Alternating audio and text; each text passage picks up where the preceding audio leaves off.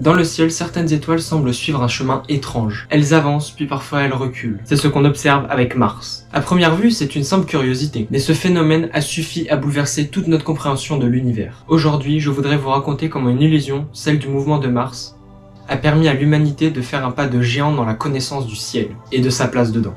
On part ensemble pour un voyage entre science, histoire et mystère. Bienvenue dans le mouvement de Mars.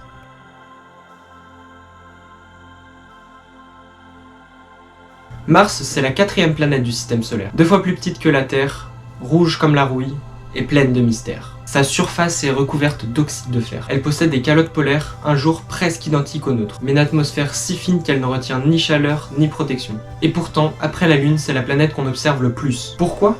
Parce qu'elle nous intrigue, parce qu'elle nous ressemble, et surtout parce que son mouvement n'est pas tout à fait comme les autres. Elle avance, puis parfois elle semble hésiter, puis même reculer.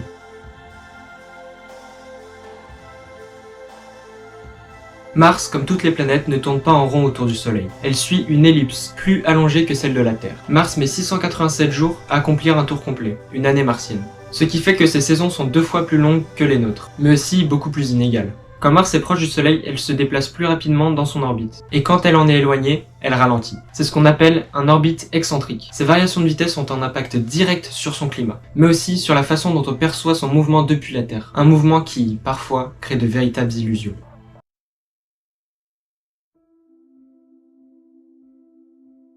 Imagine maintenant que tu es un astronome de l'Antiquité. Tu observes Mars nuit après nuit, et un jour elle recule. Elle change carrément de direction. C'est ce qu'on appelle le mouvement rétrograde. Et pendant des siècles, ça a déstabilisé tous les modèles du ciel. Mais en réalité, Mars ne recule pas. C'est nous qui la dépassons. Et vue depuis la Terre, elle semble repartir en arrière. Un simple jeu de perspective, une illusion. Mais une illusion qui allait tout changer.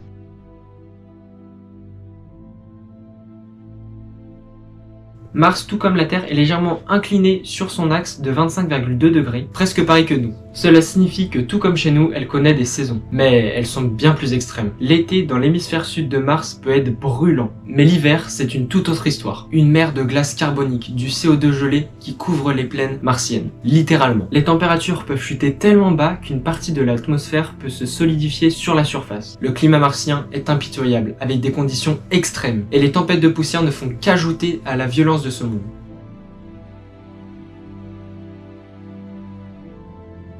XVIIe siècle. Un homme observe le ciel depuis son observatoire danois. Il s'appelle Tycho Brahe. À ses côtés, un jeune mathématicien déterminé, Johann Kepler. Kepler est fasciné par Mars. Il veut comprendre pourquoi son mouvement ne correspond pas aux trajectoires circulaires parfaites qu'on croyait être la norme. Il passe des années à analyser les données de Brahe. Les chiffres, les observations pendant 8 longues années, il doute, ajuste et corrige. Puis enfin, il découvre quelque chose d'extraordinaire. Kepler révèle 2 lois fondamentales.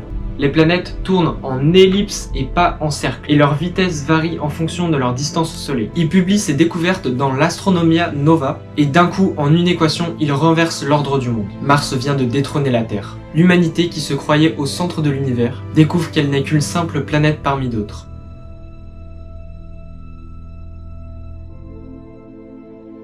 Mars a reculé dans le ciel, mais grâce à elle, l'humanité a avancé. Elle nous a montré que l'univers ne tournait pas autour de nous, que la vérité peut se cacher derrière une illusion, et qu'en regardant les étoiles, on apprend souvent plus sur nous-mêmes.